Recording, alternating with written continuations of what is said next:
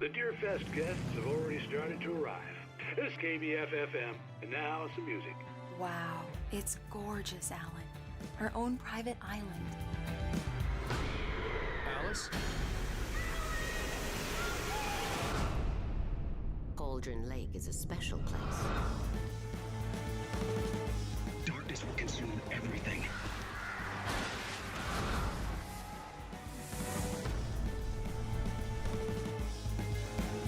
This is just a fantasy. We're not alone in here. They're all over the place! It's all in your head.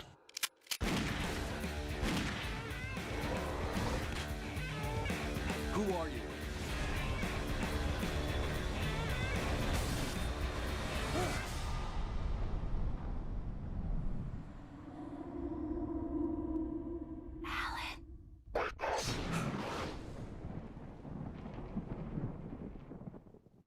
Previously on Alan Wake. I came to Bright Falls with my wife, Alice. Thank you for coming here with me. I thought maybe you could write here. I don't want to hear it! God damn it, Alice! Now, she's missing. Alice? Alice? I woke up behind the wheel of a crashed car. I'm missing a week. I was attacked by shadowy men straight from a nightmare. The sheriff took me to the lake Alice and I had stayed at. But the cabin had disappeared.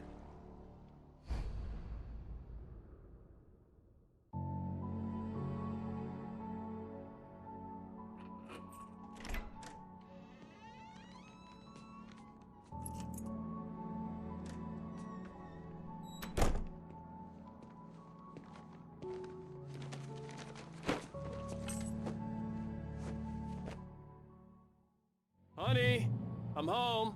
Back here, sweetie. How was it? Worst weather I've ever seen. You should put some coffee on. It'll warm you up.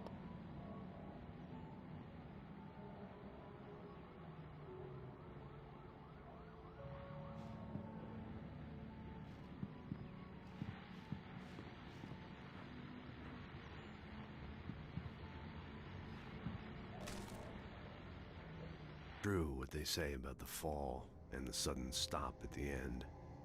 I'd lain here in the snow while the lurid chain of scenes that had led me here kept playing in my head. A rerun of my own private snuff movie. A memory of my corpse. Alone at my own wake. Thinking in metaphors again. The femme fatale was gone. Only a sour taste remained of the kiss that killed me. This was a late goodbye. 13 years after I'd gotten my revenge, it had finally caught up with me. It had been a long time to bear the pain. My blood painted the snow red.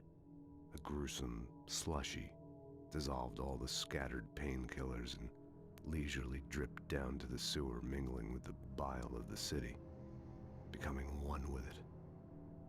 I can see them now. My wife and my baby. Honey, I'm home.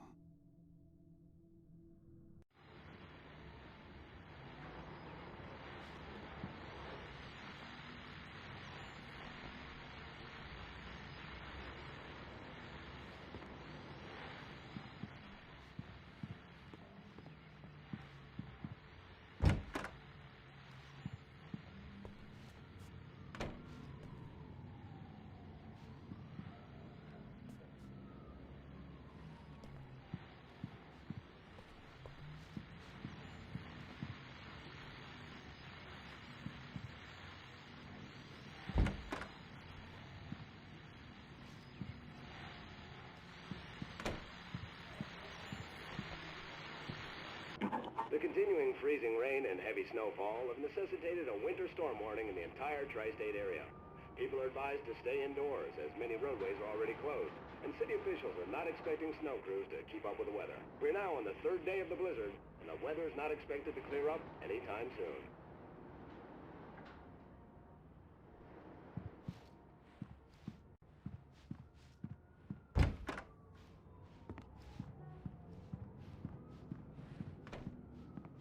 Hey, handsome. This is gonna be a long night, but these shots are turning out great. I guess you're gonna need that coffee then.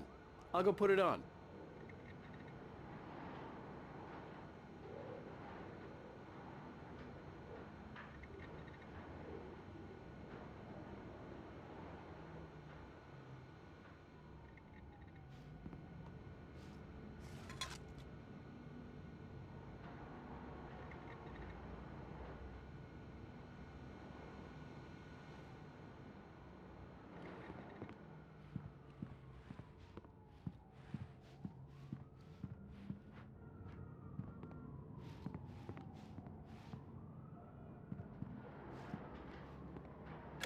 Coffee's on. Great, thanks. I'll need it if I'm gonna finish this by tomorrow.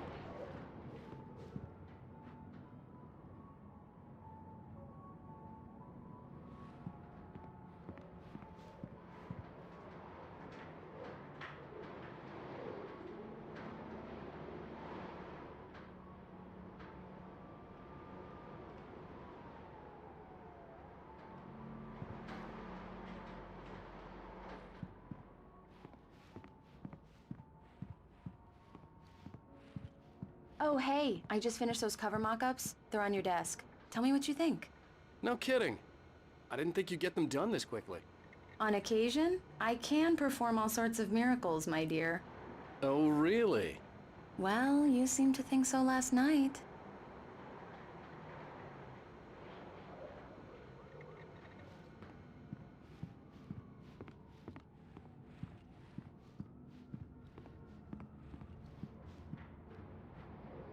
These look really good. Oh, sure, until Barry gets his hands on them. Which, by the way, will happen over my dead body. The last time was the last time. Oh, and speaking of Barry, he called. Alan! Alan, please check the fuse box. I'm right here. I'm on it, honey. Please hurry. I'm right here, baby. I'm fine, I'm fine. Just get the lights back on, now, please.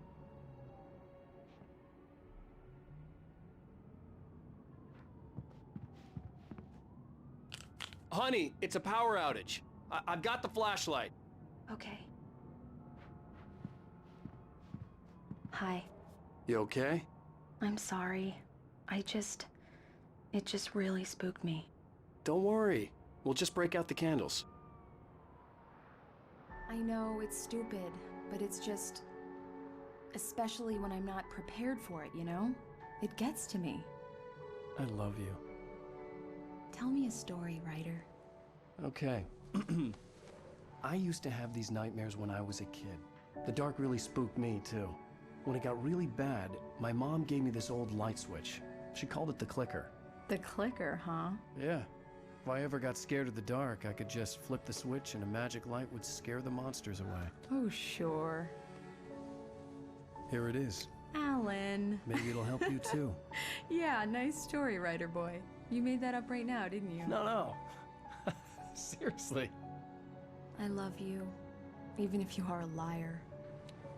Thanks for this.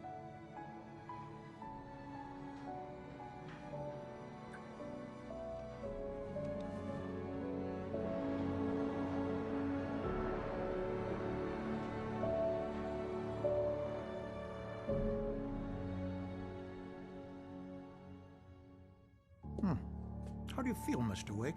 Any nausea, disorientation, anything like that? Mr. Wake, how are you feeling? I'm okay. My head's fine. I had to lie about my headache and memory loss. He'd send me to a hospital for tests. I couldn't leave without Alice. Very well. I don't think you have a concussion, but you've obviously been through quite a shock. You should take it easy for a couple of days. Thanks. Gets any worse or you experience any other symptoms, you should come see me. I'll let you get on with it then. Sarah, Sheriff Breaker, is waiting for you. She's very good at her job. I'm sure she can locate your wife in no time. Doc Nelson was the image of a small-town doctor. Sheriff Breaker had called him to the station to take a look at the cut in my head.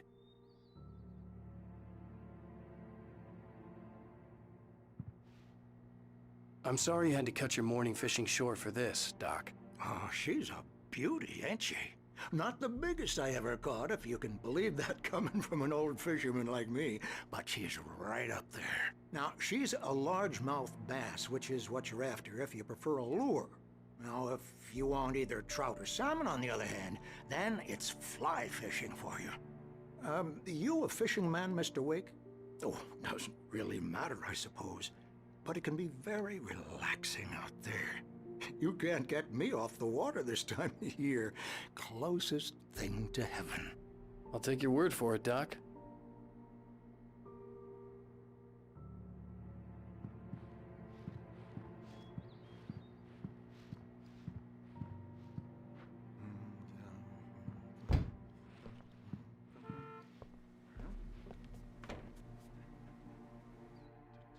Thank you for testing the lights, Miss Weaver.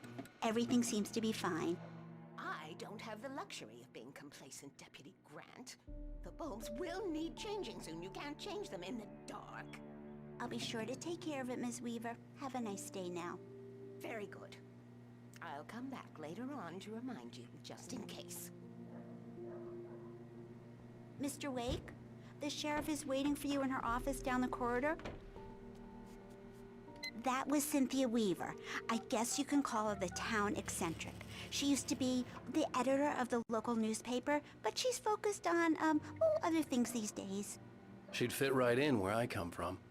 As you can see, she's a little obsessed with maintaining the light bulbs of the whole town, refuses to step on shadows, things like that. Back in her day, she wrote about all sorts of weird things in the paper. Bright Falls has a colorful history. Of course, what small town hasn't?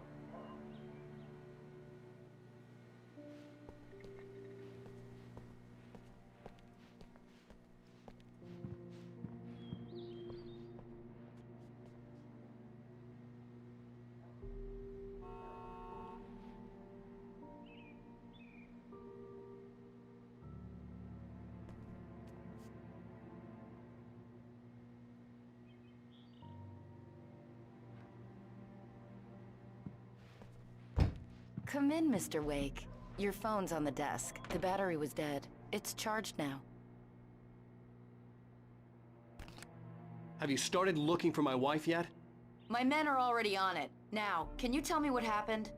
I'm not sure. I can't remember. We were arguing. I walked out of the cabin. The cabin on Cauldron Lake? How did you end up at Stucky's gas station? I wanted to tell her what had happened last night, but I couldn't. She'd lock me up. Excuse me, I need to take this. Hello? Alan, please help me. Alice? Stop talking to the law. You'll do exactly what I say if you ever want to see your wife again. Who is this? Go to the back lot. There's a hole in the fence on the left. Look inside the junker. I left a little something there to convince you we're all on the same page here. After you ditch the cops, you're gonna meet me in Elderwood National Park. There's a spot called Lover's Peak. Midnight. Don't do nothing stupid, pal. We're watching you.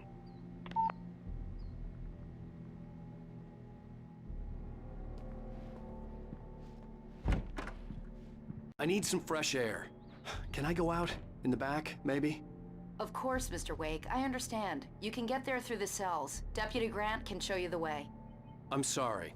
All of this, it's just a lot to take in. Take your time, Mr. Wake. I understand. Can I ask you what the call was about, Mr. Wake? It's personal. Well, we are looking for your wife, and I'm going to need your cooperation if I'm going to help you. I need a moment, after I get some fresh air. Okay, you can find me here. We'll talk when you feel up to it.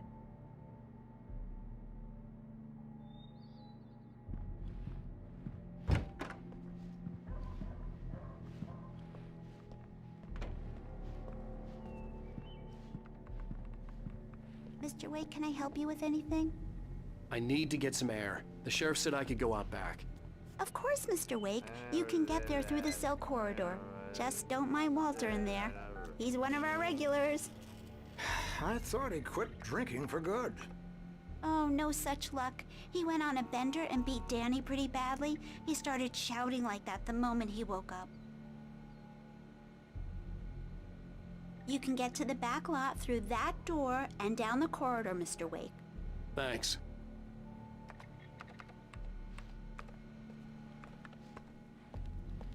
The parking lot is through that door and down the corridor. Pay no attention to Walter Snyder on your way. The deputies, they don't understand. They won't listen to me. I need it to be bright in here.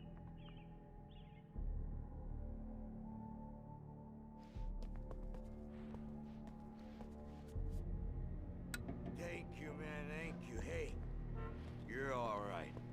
You're a good guy. Don't let anybody tell you different. You know, I shouldn't even be in here. The cops, they got it all wrong. See, sure, I beat him up, but I wasn't drunk. I mean, I wasn't drunk at the time. I only got drunk afterward. Okay, listen, you gotta listen carefully now.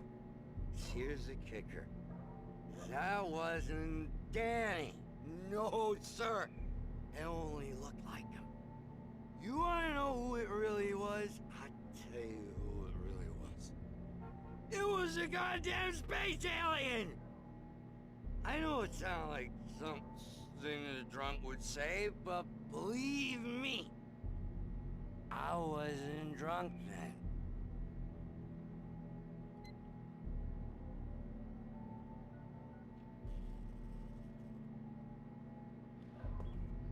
I told him, oh yeah, well, I don't know who he is.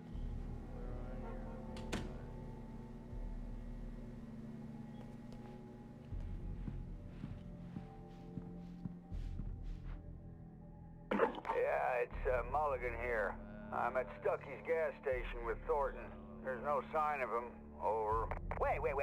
Yeah, this is Thornton. Look, we've located the Brave float. It's here. That's some good news, right? Stucky was supposed to be driving it at the rehearsals today. Over. Oh, give me that. Mulligan here. Looks like someone really thrashed the garage. Over. Okay, roger that, guys. Keep looking for Stucky. Jane's out.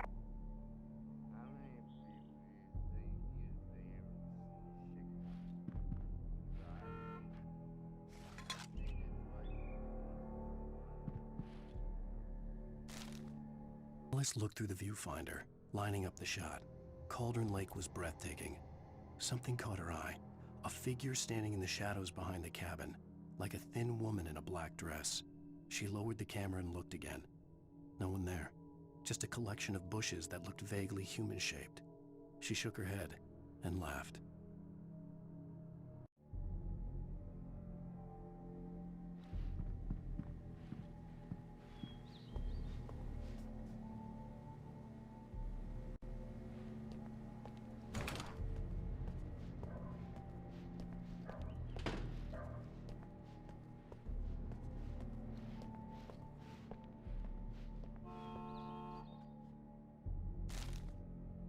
In spite of its human mask, to describe the dark presence as intelligent would have implied human qualities on something decidedly inhuman.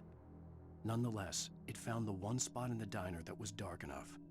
Some light spilled into the corridor, ravaging it, but it took the pain. Horrible as it was, the writer would soon fix that. He would be coming to the one place where it still had power.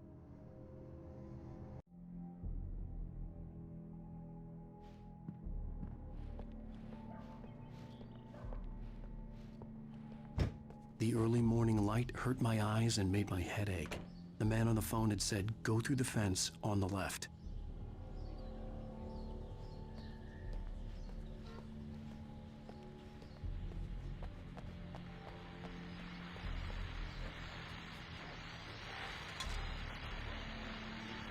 Well, folks, it's been another long night, and it's about time for me to sign off for a while. God knows I need my beauty sleep. Just one more item before I go. It's been a busy night for the Sheriff's Department. We've had a few broken windows, even a report of shots fired on Main Street. Deputies Mulligan and Thornton had to deal with two intoxicated young men who were celebrating the completion of their Deer Fest float. Now, folks, we get this every year. I know it's exciting that the big day's almost here, but let's save it for the party and leave the gunplay for the shooting competition, huh? There's no point in getting all worked up yet.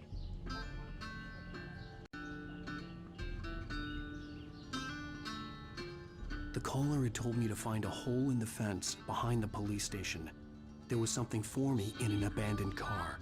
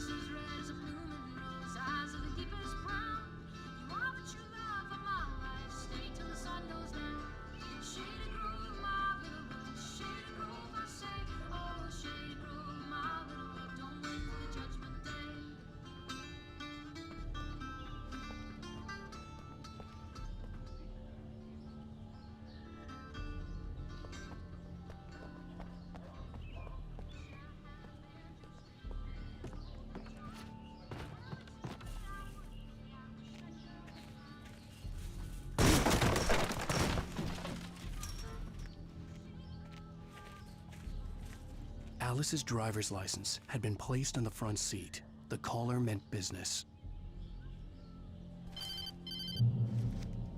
Barry? Ow! Ow! Thank God! Where the hell have you been? I've been trying to reach you for a week, you and Alice. I've been worried sick. I flew out yesterday. I'm here in Bright Falls. Barry, listen to me. I'm at the sheriff's station. Come and get me. I can't talk now. Ow! What the hell is going on? I had to get the sheriff to let me go. I needed to get to Elderwood National Park to meet Alice's kidnappers.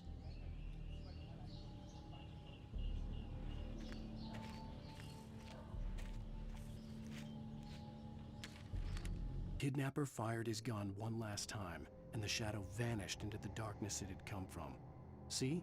Nothing to it, Wake. The thought of Alice in his hands was revolting. We stood on the wooden platform of Lover's Peak, the waterfall on the mountain behind us, the lights of the radio mast blinking red in the heights above. I fought with the urge to take a swing, force myself to speak. Let's cut the act now. Where's my wife?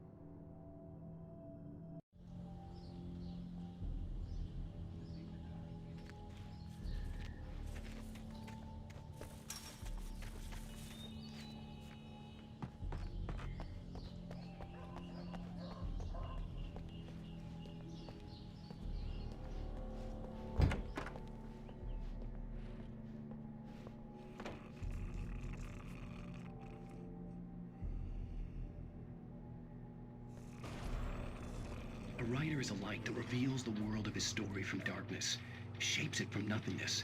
The way a sculptor carves a statue from a block of granite. If I stop, the world I'm making dies. Darkness will reclaim it. It's a long, hard journey into the dark. Alice's life is at stake, but I can't think about that, or I'll lose it. The dread lingers at the edge of perception. I'll push on. Anything is possible here. I'll write the story. I'll save her.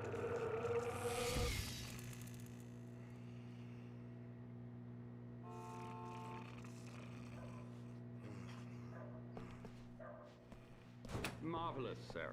I just wanted to settle all the damage the Anderson brothers might have inadvertently caused on their recent and regrettable little outing. They are not accountable for their actions, of course. I can assure you that my staff has been reprimanded. Tor and Odin never caused any trouble to anyone when they were still living at their farm. Indeed. All we can do is to slow down the progress of their dementia.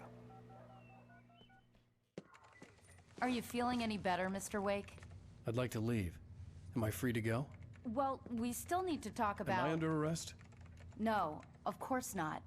But I need to know where you'll be staying so I can get in touch with you. I'd avoid the motel. The Majestic is known for its roaches. The cabins at Elderwood are pretty nice, though. That sounds perfect. I'm Dr. Emil Hartman.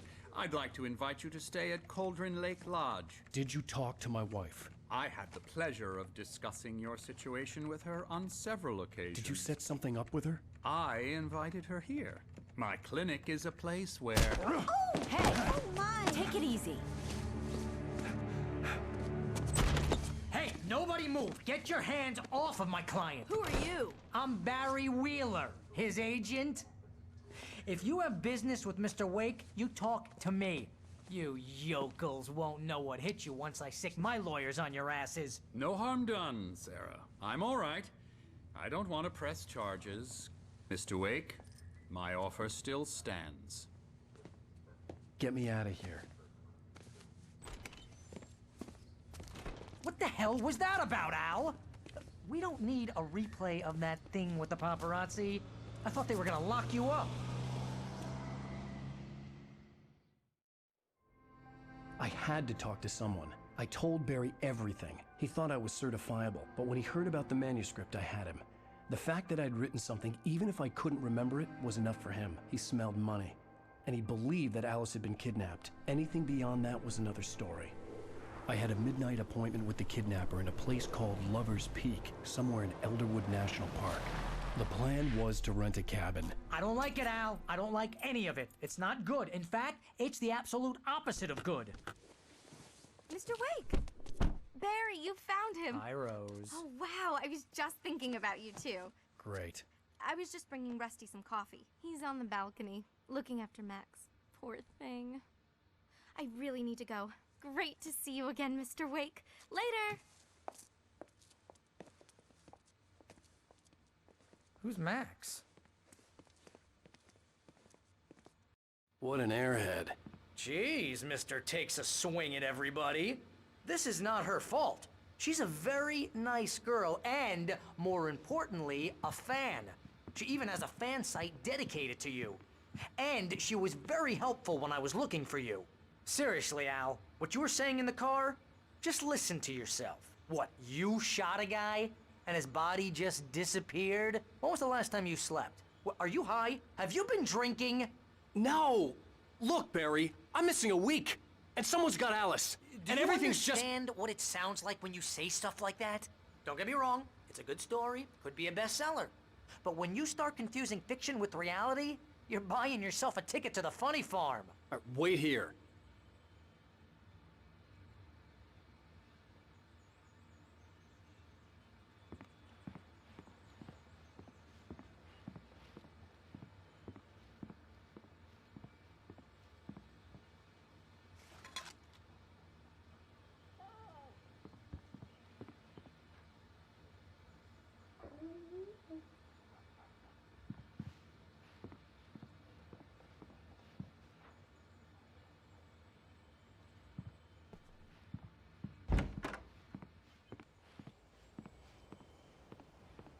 Easy there, boy.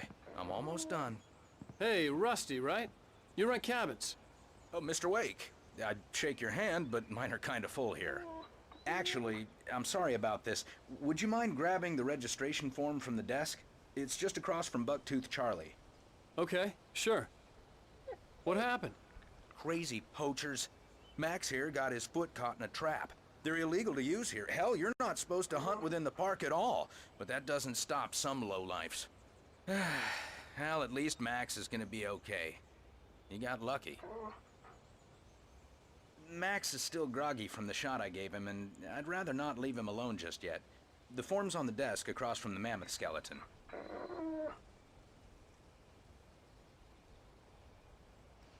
Okay, boy. We're almost done here.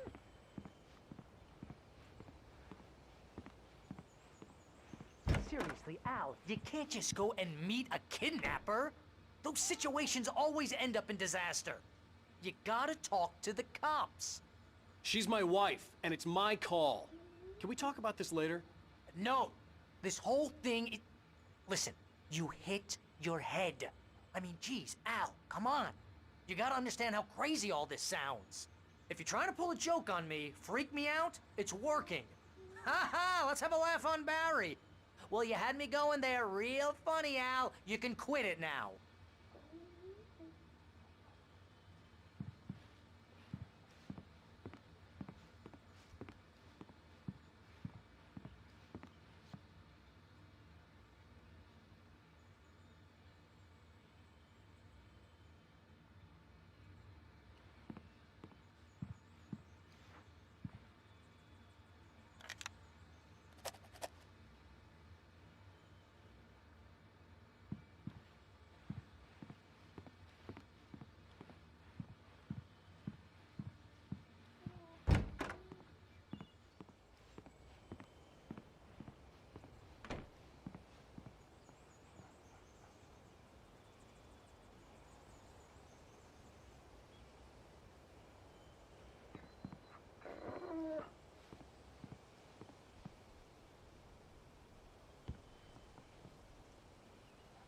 I think this is the form you wanted.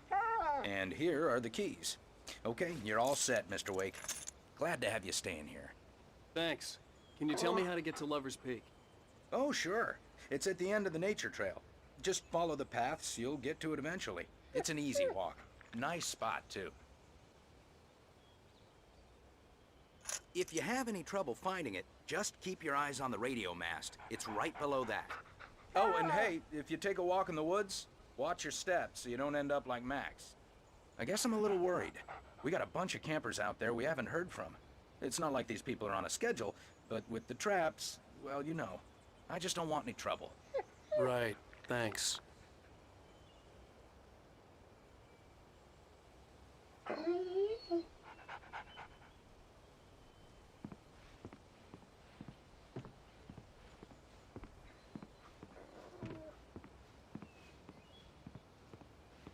Look, Al, you're asking me to believe that you shot a dude who went poof into thin air, a guy who was bulletproof until you pointed a flashlight at him.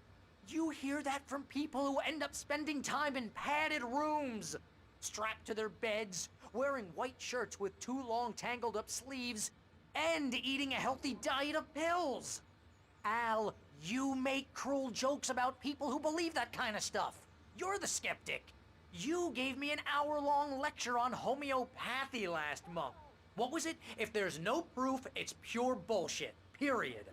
Guess the laugh's on me then. Al, come on!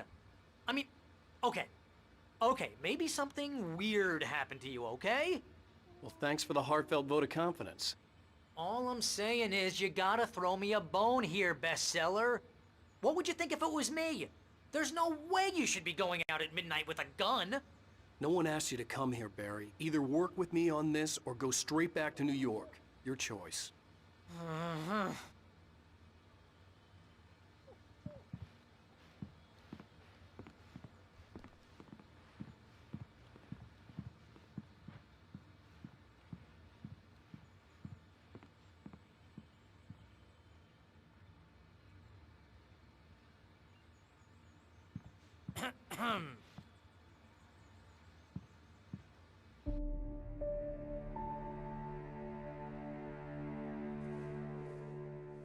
That's just crazy talk, Al. Al?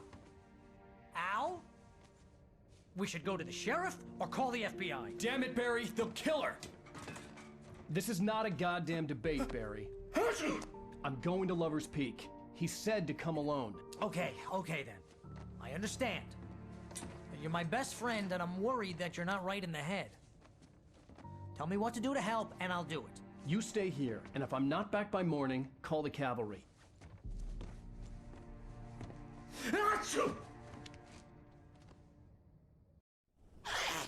Just be careful with the natives, Al. These yokels are dangerous. Everybody hates a tourist, or it'll be Deliverance all over again. Bless you. Oh, this place is trying to kill me. I'll bet there's mold in here, spores, poison ivy, God knows what. This is so not worth a 15% commission. You want to know where you can shove that flashlight? Lock the door when I leave. Yep, you go ahead and do what you have to do. I'll be fine. Alone, but fine. In a cabin straight from a horror movie.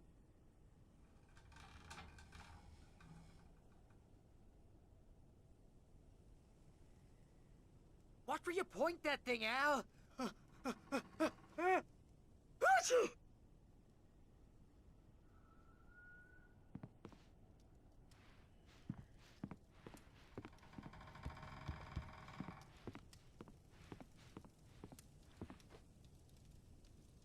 Real funny, Al. Real funny. Ha ha! Thank you! I'll just sit here in the dark till you come back. Or until I get eaten by a grue.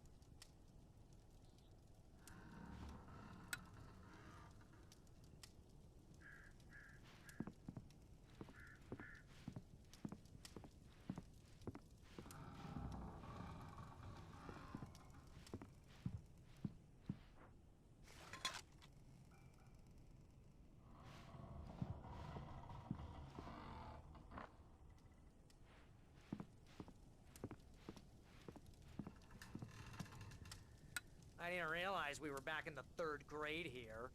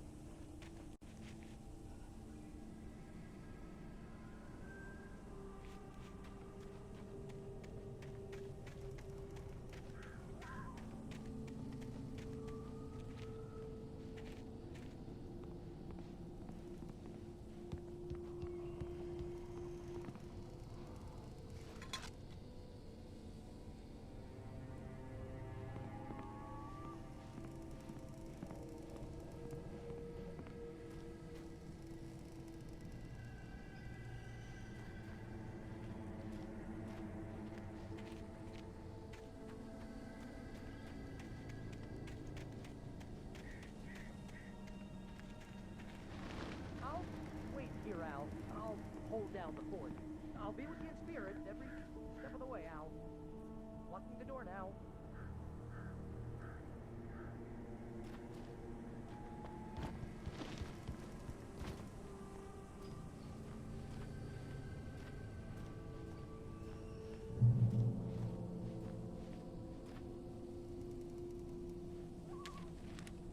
He had never gotten along with Alice, but he knew Alan loved her with an almost frightening intensity.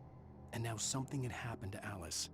And here was Al armed with a gun and saying things people got put in padded cells for. It was as if his friend had experienced a massive psychotic episode and was now totally disconnected from reality. It scared the shit out of Barry.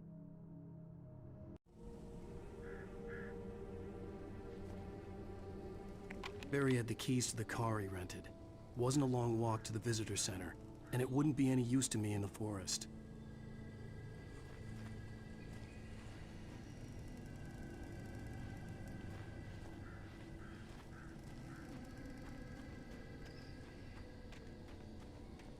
I knew I should have gone to the cops. This wasn't the smartest thing I'd ever done, but I was still angry with Barry for trying to talk me out of it. These people had called me right in the sheriff's station. The cops wouldn't scare them, and they had Alice.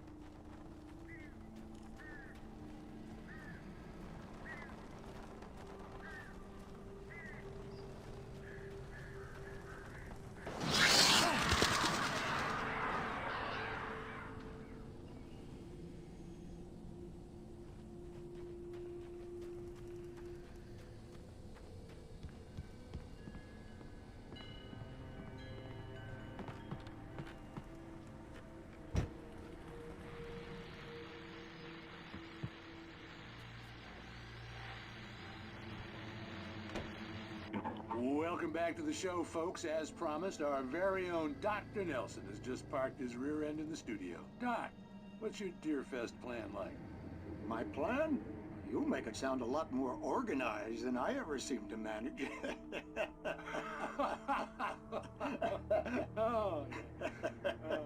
No plan, really. Just taking the atmosphere. I'm getting a little too rickety to do much more than that, you know. Oh, tell me about it. No sack race for us older gentlemen, huh? Yes, exactly, Pat. But I'm going to check out the parade, of course. And I'll be one of the pie contest judges, too.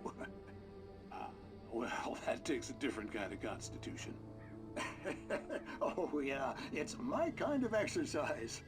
Now, Doc, seriously, you're in pretty good shape, though. You're the outdoors type. I know for a fact you're an avid fisherman. That's right. Matter of fact, just caught a heck of a largemouth bass early this morning. But you're not taking part in the fishing contest? No, not this year. See, Pat, I'm just not that competitive anymore. Now I just like to take my time and enjoy the peace of it. It's no fun if I need to worry about what I'm catching, you know? Well, considering your track record, the participants are probably pretty happy you feel that way. Well, Pat, that's kind of you to say.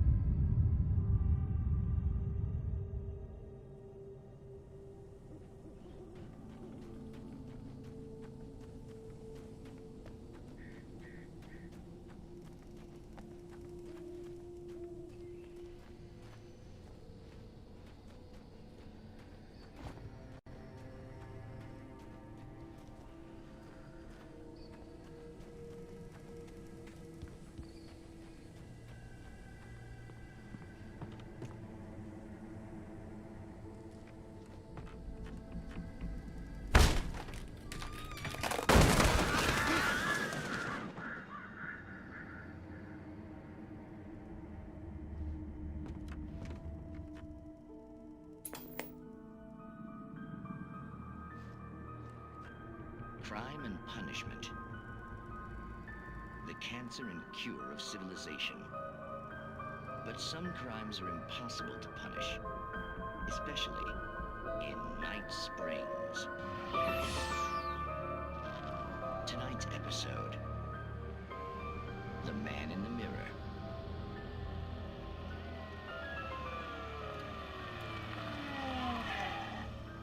He's inside, Agent. He's a weird one. So, you're confessing to killing that guy, huh? Why? Had it coming? Yeah, but why would you do that? I mean, you're a nice guy. Normal. Took a kid to a soccer game. So how come at the game, you pick a guy and, quoting from the arresting officer's report here, assault the victim's head area repeatedly with the weapon of choice being a pair of bare fists? Wow, that sentence really flows, huh? Maybe you're not the literary type. Okay, so you mess him up. But why? Who was that guy? We couldn't ID him. Why would a guy like you do him like that? I didn't like his face? Well, you must have hated it, because you really went to town there. I mean, there's no way to tell what he looked like. No ID on him either. That must be difficult. But then we ran the fingerprints.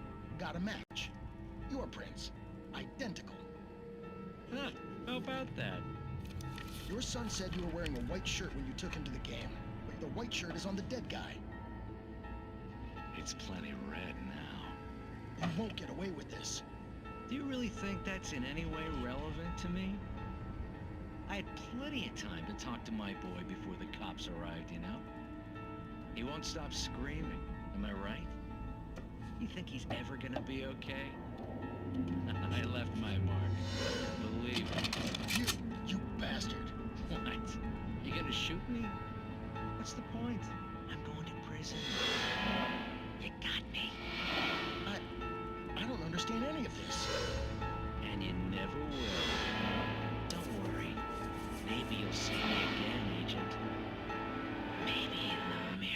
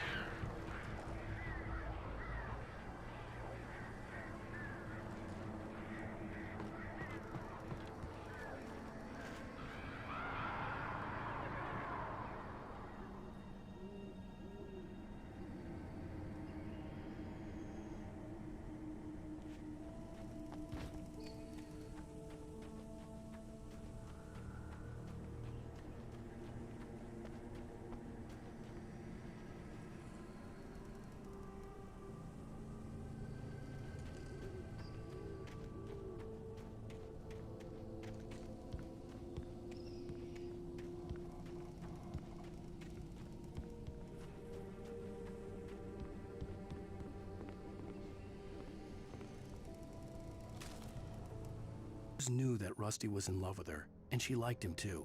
She liked him a lot. He taught her to dance, and life had certainly taught her the value of a man who was gentle. He treated her well, made her smile, made her feel good. But Rusty wasn't the prince of her dreams, and that tended to underline the unbearable truth. She was no closer to that Hollywood magic than he was.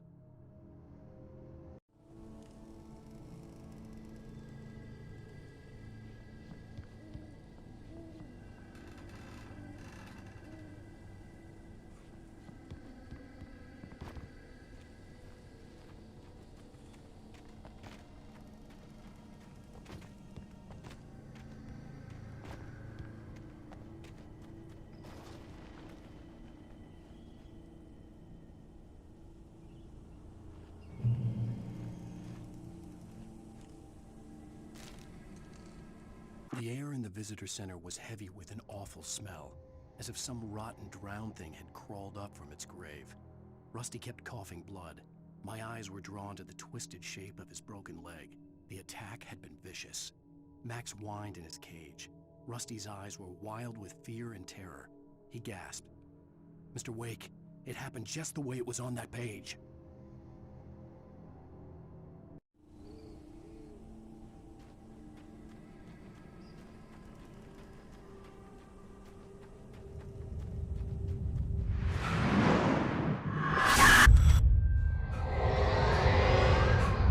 The vision left me weak. This was no head injury.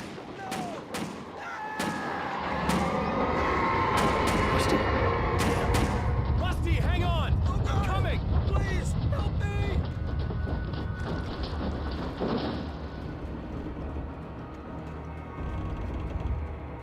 Anybody? Help me! Help me! Can you hear me? Anyone! Please, help! Hello? Back here! I'm back here! Hey, please help me! Mr. Wake? Oh, hell. It happened just the way it was on that page. I found. Came true. It knew. So dark. It'll come back for me. You must... The lights. In the office. I have the key. Okay, Rusty. Hang on. I'll be right back. Whatever did this couldn't be far. Rusty had found a page from the manuscript. It would help me understand what had happened.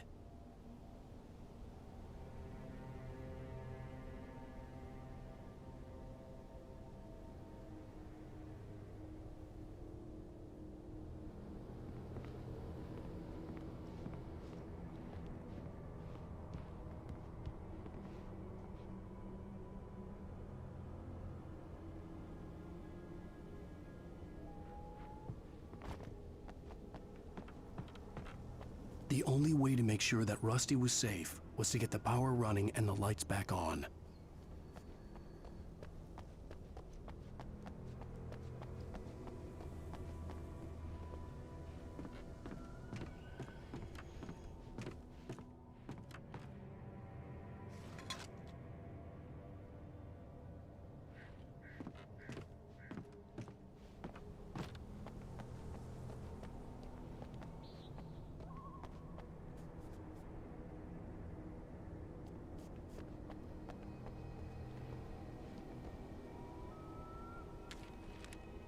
The visitor center was sturdy, but the impact turned the front of the building into splinters. Rusty was thrown across the lobby like a rag doll and hit the far wall hard. It didn't hurt until he tried to move and saw his leg bend the wrong way, felt the broken ribs stabbing him on the inside. Rusty howled in pain and fear, suddenly afraid to die alone.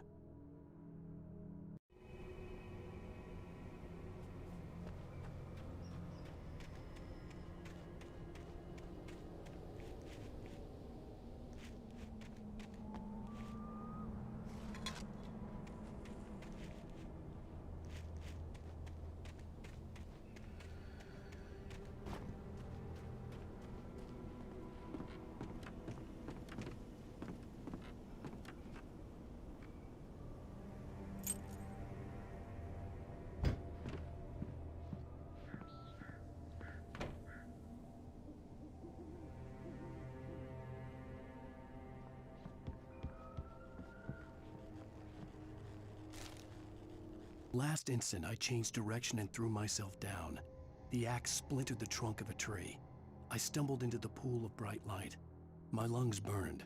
I was too exhausted to move. I tensed as I waited for the killing blow, but it never came. I raised my head. Nothing moved in the darkness beyond. For the moment, bathed in the cold light, I was safe.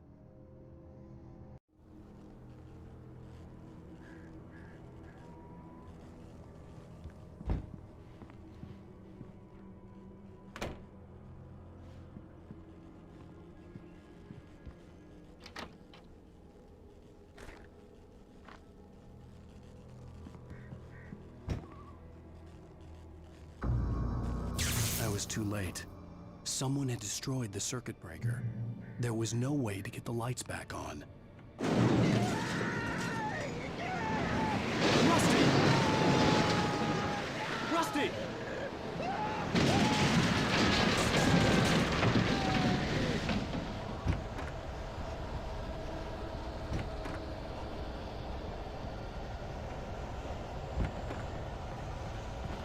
The ground was covered with oily patches that looked like liquid darkness.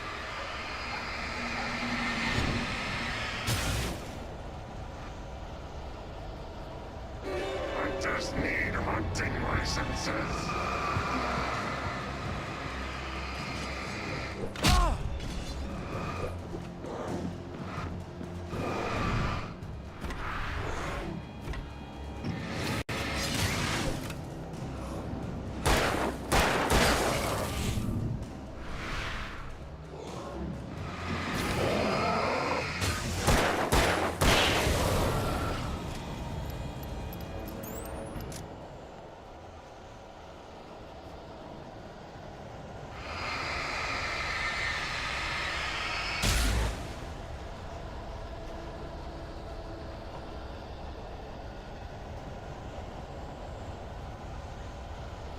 Something had torn a mammoth-sized hole in the wall.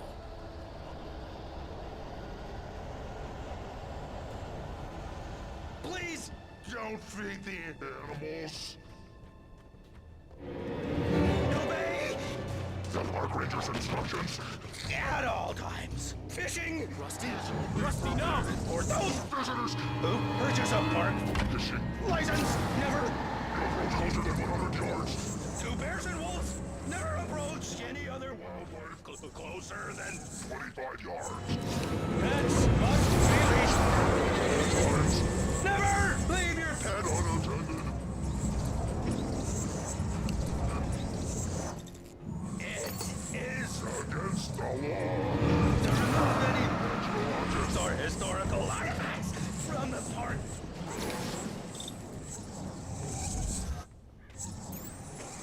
This includes even you may find along the river, or even simple berries.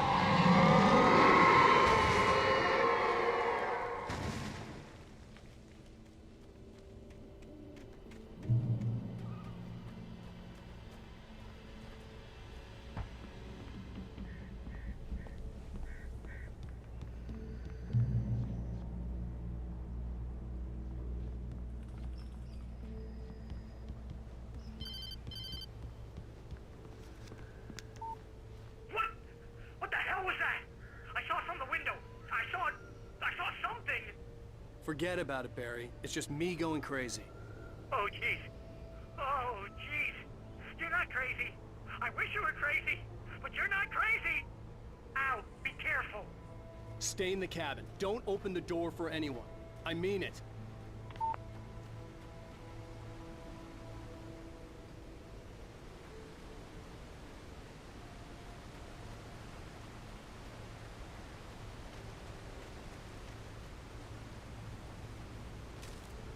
In that last instant of consciousness, Rusty thought about Rose. He was older than she was. Rose was barely out of her teens. but she made him feel young and forget what a train wreck his long-dead marriage had been. He still wore the ring. He'd been waiting for her to tell him to take it off. Now she never would.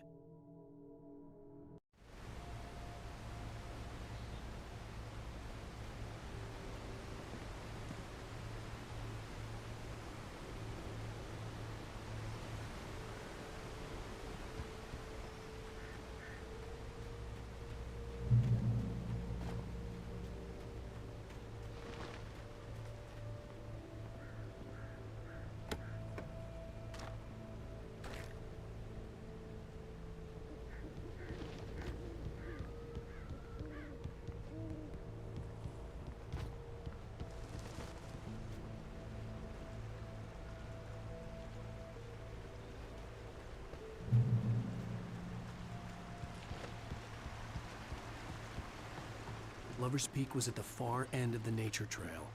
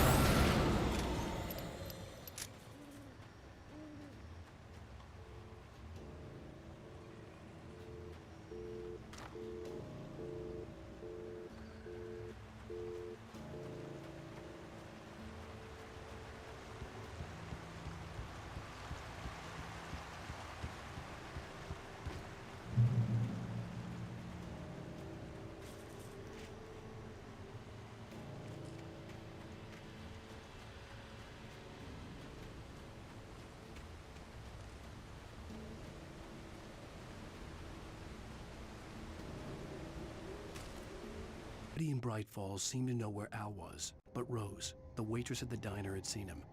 From what Barry could tell, Al pretty much fell off the face of the earth when he left the diner. Rose was just the kind of fan that Al hated, but she really tried to help. She was smart too, knew a lot about what was going on in the town, knew a lot about Al, even knew who Barry was. Barry liked her. That was no big surprise.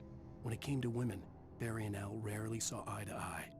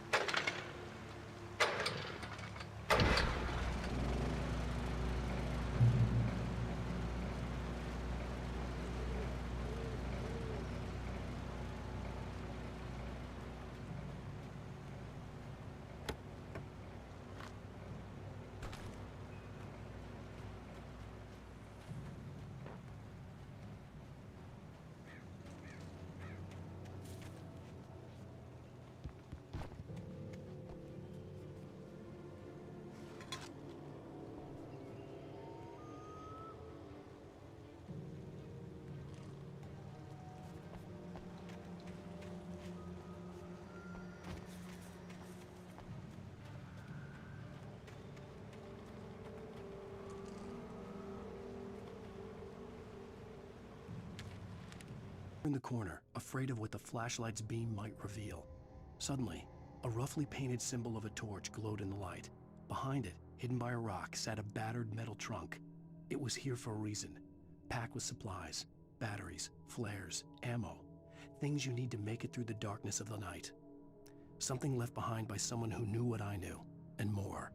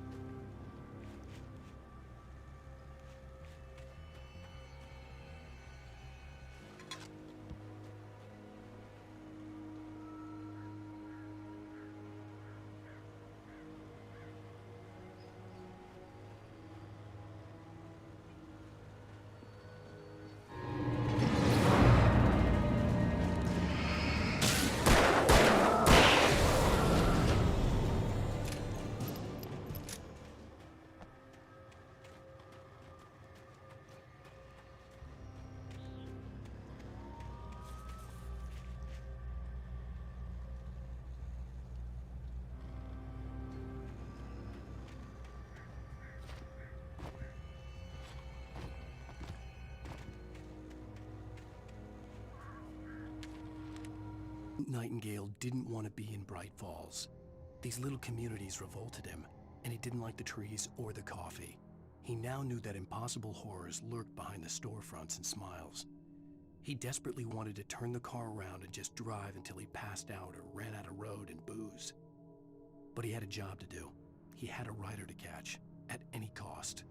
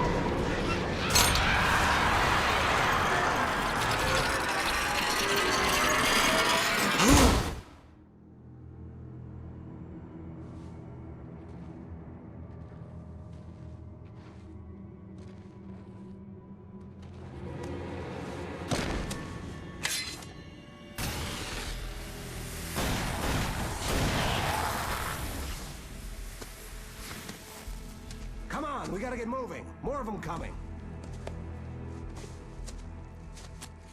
That flashlight's kid stuff. The flares will keep the bastards away.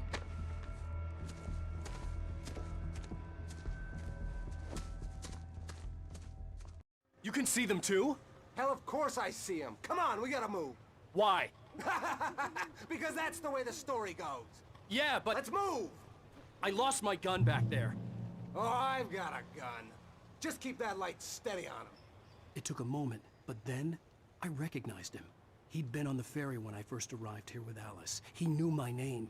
We were headed in the direction of Lover's Peak. There was no way this was a coincidence. He was the kidnapper.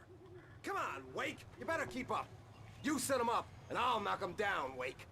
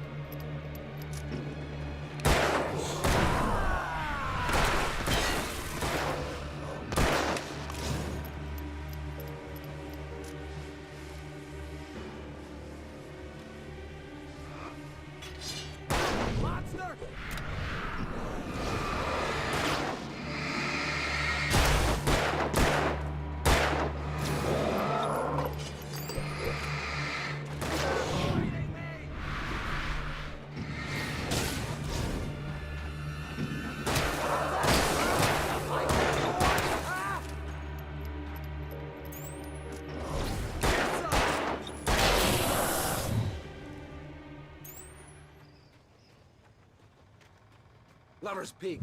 Right up these stairs, Wake. Use the flares from the emergency box to hold them off while I get these boards off. Give me the gun. Yeah, no can do, Wake. Are you kidding? Give me the gun! No time for back talk. Pull them off, damn it.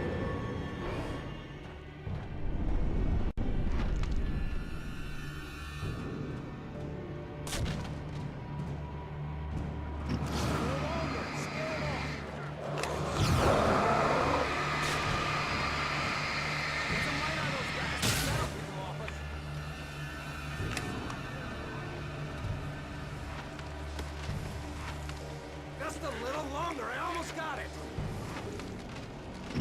Okay, it's open. Over to Luke.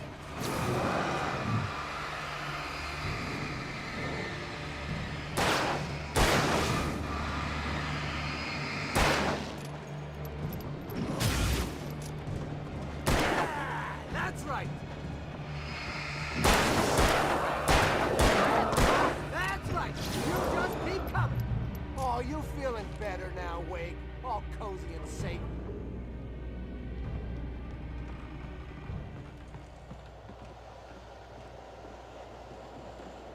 Better get ready.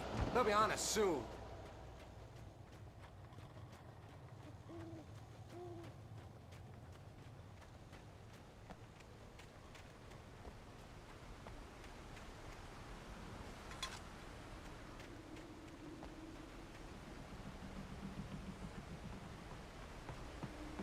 This is it, Wake. The last stand. There's more flares here. Get ready. We fight them as long as they keep coming. Give me the goddamn gun! They're coming! That's not how this goes. Get with the program, Wake.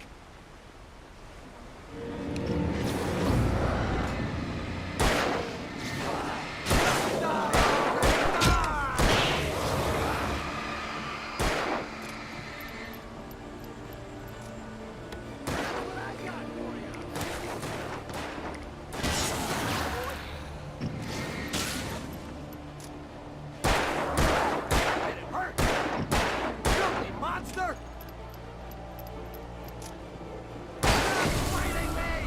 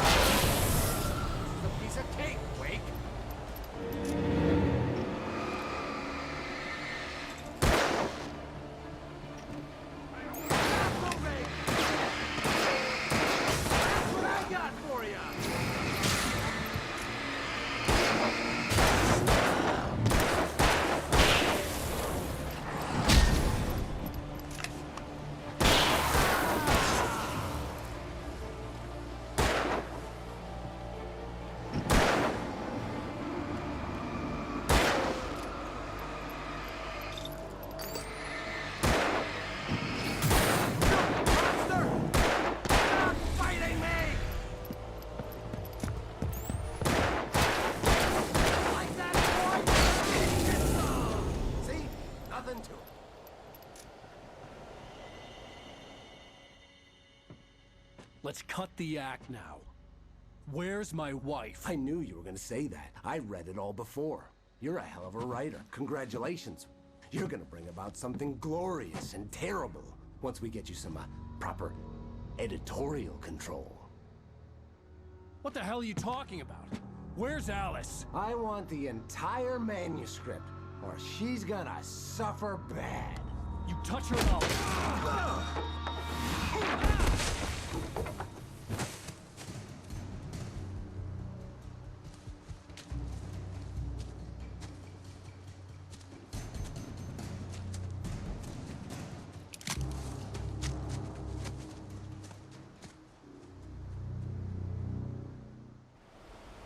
You're gonna give me the manuscript or you'll be sorry!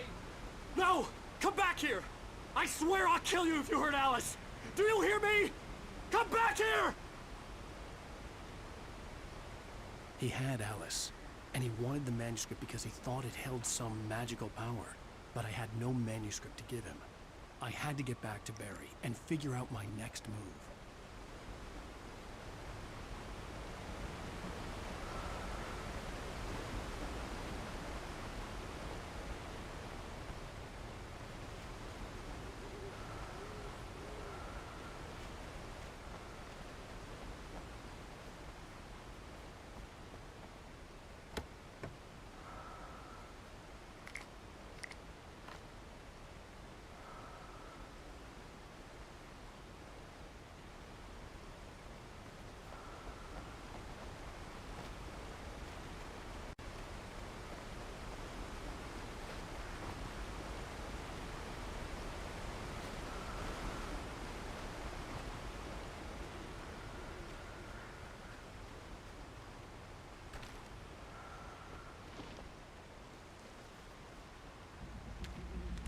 More than one occasion, Alice had tried to explain to me how it felt to be afraid of the dark.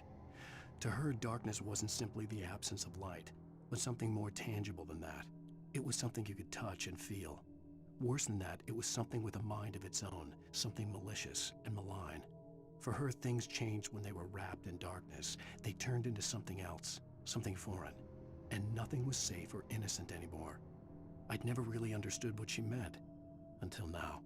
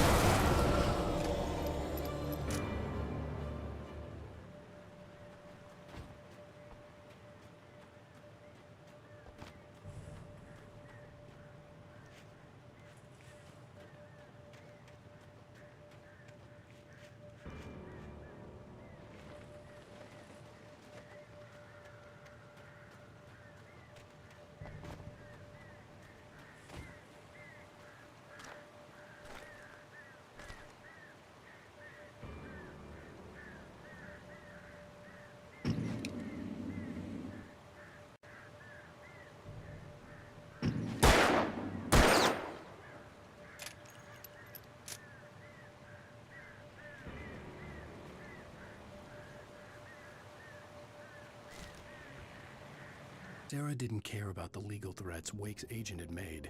She let Wake go without argument, because there was something about him she couldn't quite put her finger on, something that reminded her of her father.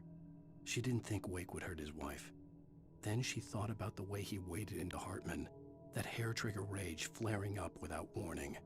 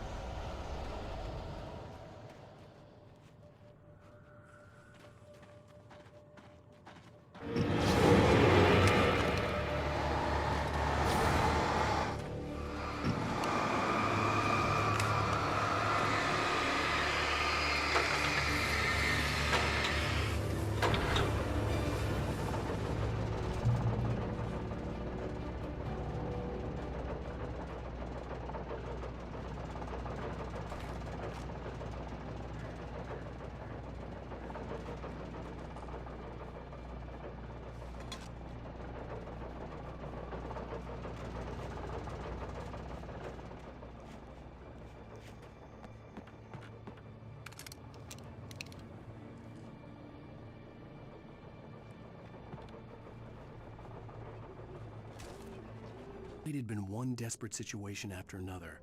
I was exhausted, and my body felt as though it had been chewed up and spat out.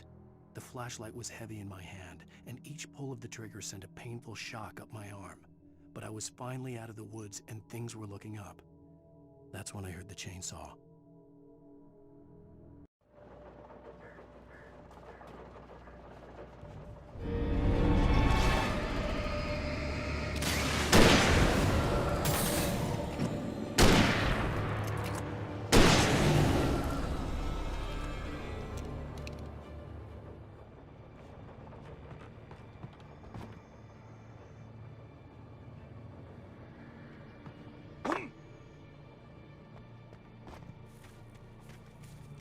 I had heard the plane fall. It made no sense. It was clear that it had just fallen, but it was very old and obviously hadn't flown in decades. Looking at it sent a shiver down my spine.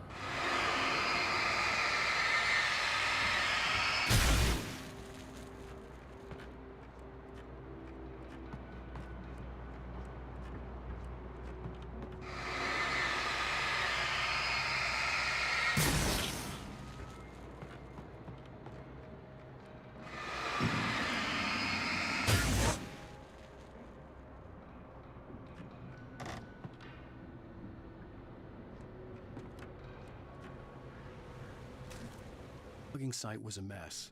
The modular office had been pushed off the cliff. Deputy Thornton climbed up from the wreckage excited, breathing hard from the exertion. Nobody there. It's weird. Don't you think that's weird? Bored, Mulligan let out a mighty snort. Hell, it's always weird, Thornton. Just a question of sorting out what kind of weird it is this time around.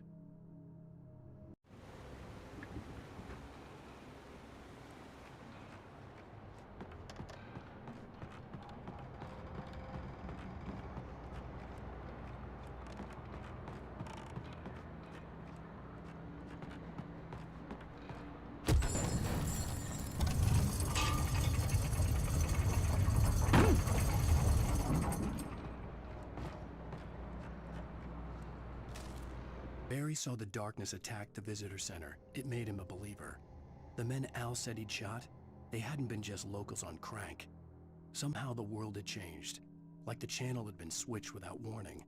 You think you're watching a sitcom, and you're really watching a horror show.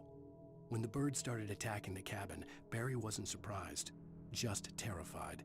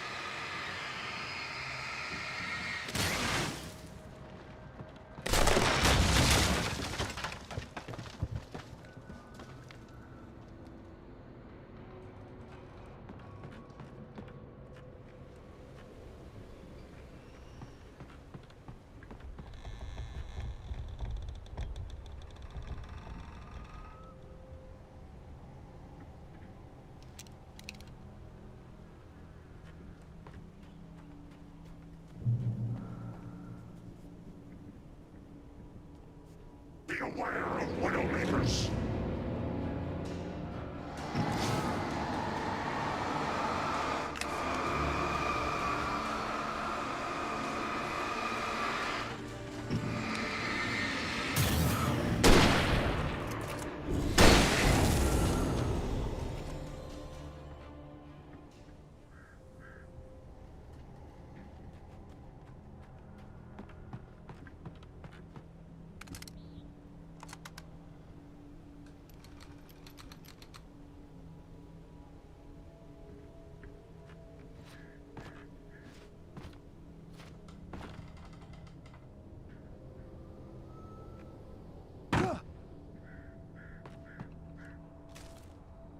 Shadows stirred and the wind picked up as I ran through the forest.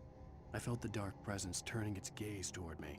Then the moonlight was blotted out by dark shadows that raced violently across the ground, moving too swiftly to be natural.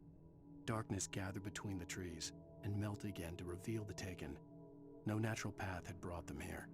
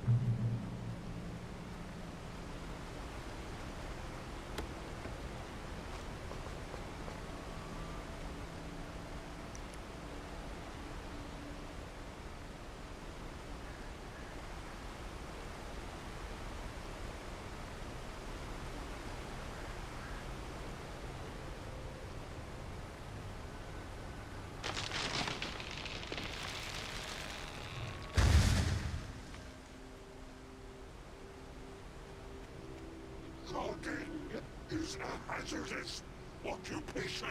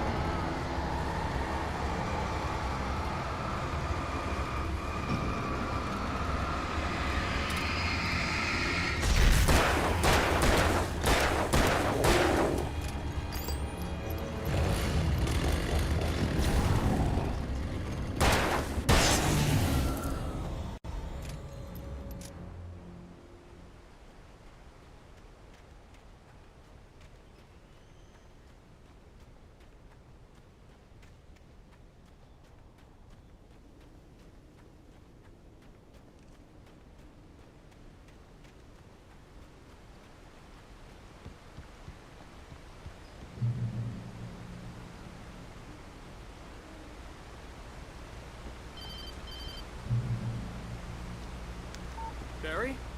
Ow! The porch is covered with birds. They've got all Hitchcock on me. Stay out of sight. I'm on my way.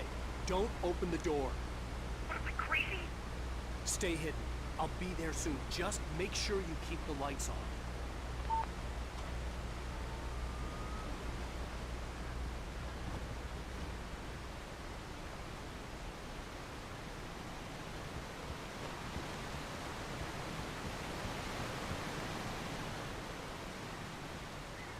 I still had to reach Barry at the cabin, but at least I was out of the woods.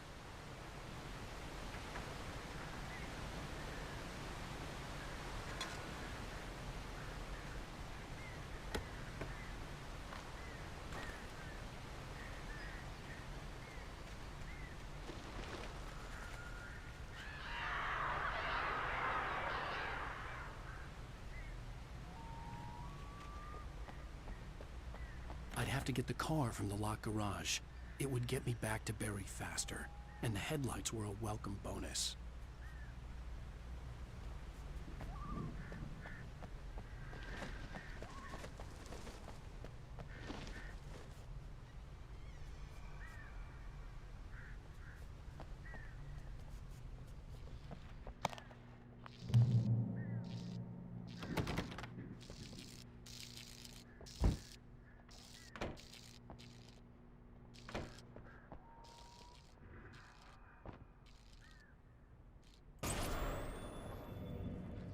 A story is not a machine that does what you tell it. A story is a beast with a life of its own. You can create it, shape it, but as the story grows, it starts wanting things of its own. Change one thing and you set off a chain reaction of events that spreads through the whole thing. The characters have to be true to themselves. The events need to follow a logic that fits the story. A single flaw and the magic is gone. The story dies. Alice dies.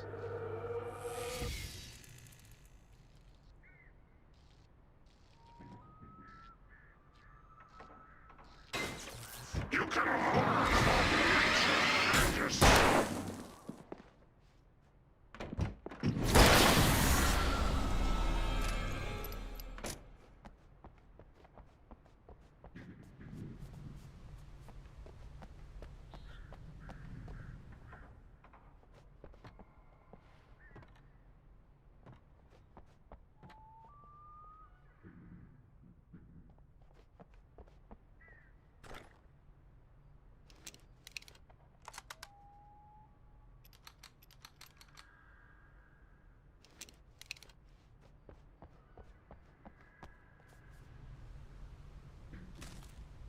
FBI agent's command froze me in place. I considered surrender. It was all falling apart anyway. I could give in, let someone else deal with it, but it felt all wrong. Call it instinct, his posture, the way he held the gun. He was no friend.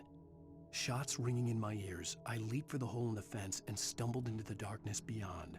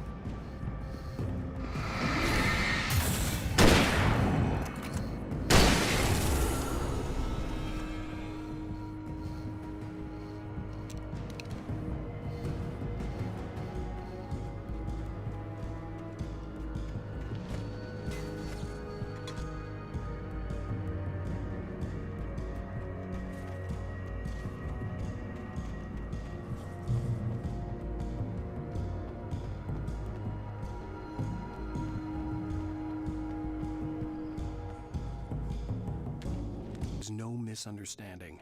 Cauldron Lake was where Alice and I had stayed, but there was no cabin and no island. I was missing a week. What had happened to me? What had happened to Alice? I had to get her back. I couldn't face life without her.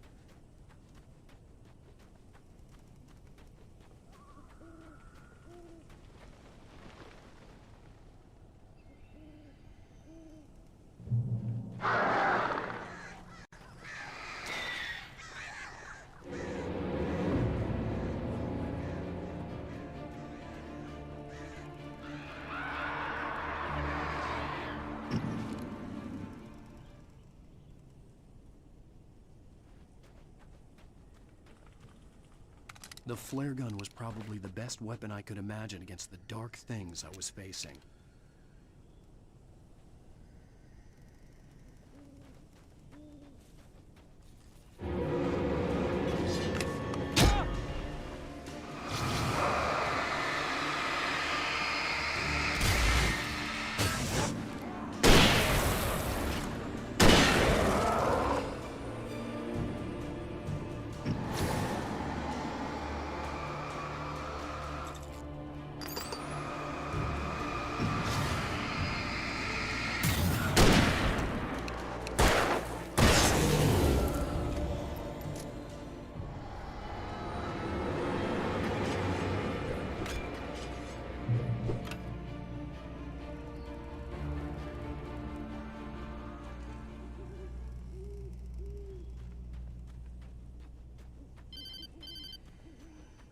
It was the kidnapper. You son of a bitch! Where's my wife? Enough horseplay, Wake. You deliver the manuscript, and you can have your woman back. Simple as that. I don't... Listen. I'm gonna need time to finish it. I still need to write the ending. I need a week. It's not done? I need a week. 2 days. The old Bright Falls coal mine is nearby. You can find it easy, city boy. The main building, there at noon. You bring the manuscript, you'll get your wife. If not, well, get me. Yes, I get you.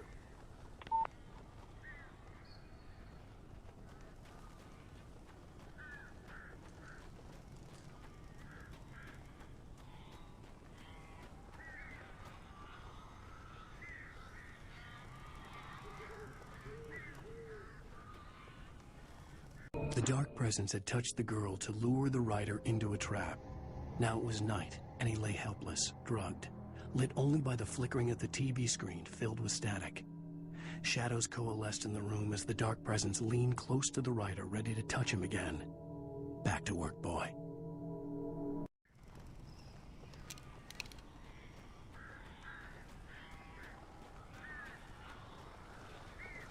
Barry had talked about birds over the phone.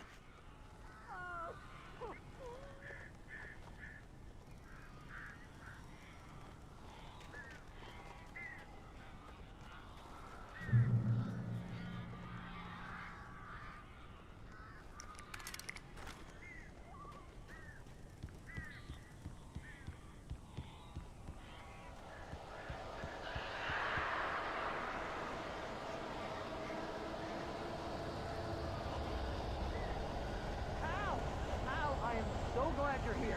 A couple of them got in here before I blocked the chimney. This isn't normal. These birds are weird.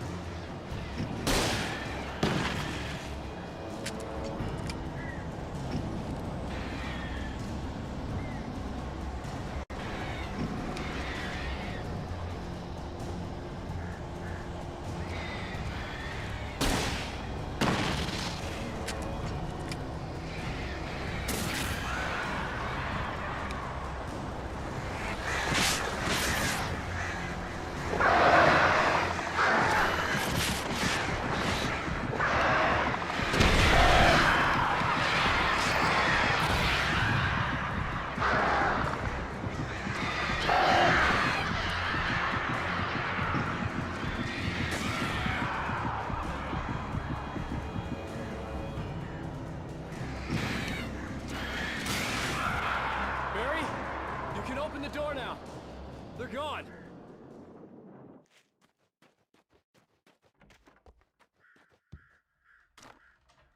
Hey, Al. I'm sorry for thinking you were having a psychotic episode, man. I sent Barry to the town to ask around about a man fitting the kidnapper's description. He'd go through the archives of the local paper. Perhaps he could learn something. Anything about the island and the cabin that had disappeared. The man wanted a manuscript. I had to try to write him one to get Alice back.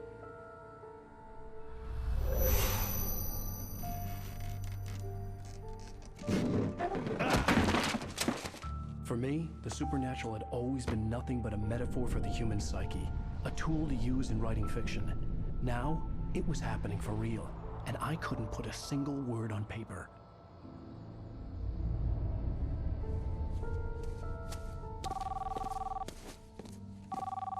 Barry Wheeler speaking. This is Rose. Rose? I found Mr. Wake's pages. Oh, you sweet, brilliant girl. Could you and Mr. Wake come get them? I live in the trailer park outside the town. We'll be there in less than an hour. Bye now. See you soon. Have a great day. Hope you come back soon. Welcome to the Oh Dear Diner. Good girl.